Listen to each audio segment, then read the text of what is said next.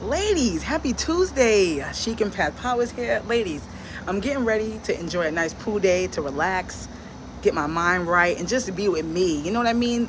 My day off, I'm going to have some fruit, some smoothies, a nice salad. Let me tell you, ladies, some motivation, okay?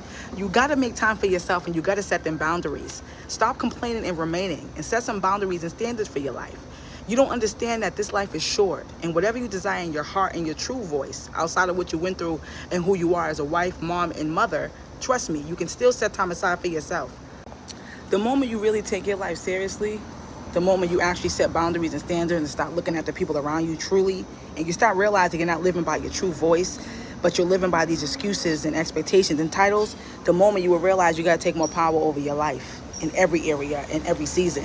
Not just when things are going right, not just when you think you have the power, but the moments where you don't have the power, the moments where you feel like you have nothing. That's the times you got to speak up. See, the one thing about me is in all my lower seasons, ladies, is I always set the power and rule and standard for my life.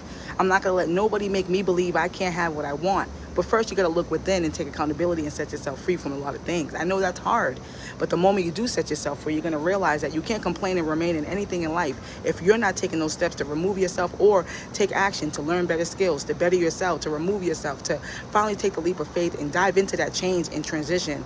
The amazing thing I did was let go of the ego, let go of control, and start diving into my changes and transitioning and see what it's really doing for me, not to me no more. I got over that victimized mindset. Oh, what's happening to me? No.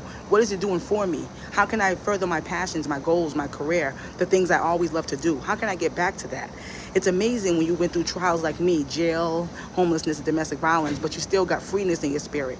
There's no heaviness in my spirit no more because I realized that I have the power over my life. We've been so conditioned, we've been so ruled by external factors, but at the moment I was in all these low places in my life, I had to really figure out, even now I'm still in low places, but I figured out a way to be happy and at peace and stick to my real voice, my true spirit, my true heart. Not the troubles, the tribulations, the trials, the setbacks, and what society got going on, what the government got going on, what the world got going on. What do you have going on? What are you giving yourself that's making you feel elevated and excited about your life, feel passionate about your everyday life? Even now when I'm in a good mood because of my domestic violence trauma and jail and all these emotions that go through my body and nervous system, I still find a way to always take care of myself, to always focus on self-care. That's why you ladies got to start with these excuses. Remove yourself from this victimized mindset. Stop complaining and take choices of action and remove yourself from things and start doing the things you say you want to do, not do, and will do, and stay consistent. But you got to set yourself free from these blockages like I do and still do every single day to stay consistent and have a very intentional day. My days are intentional and back to being intentional. I refuse to let life on me.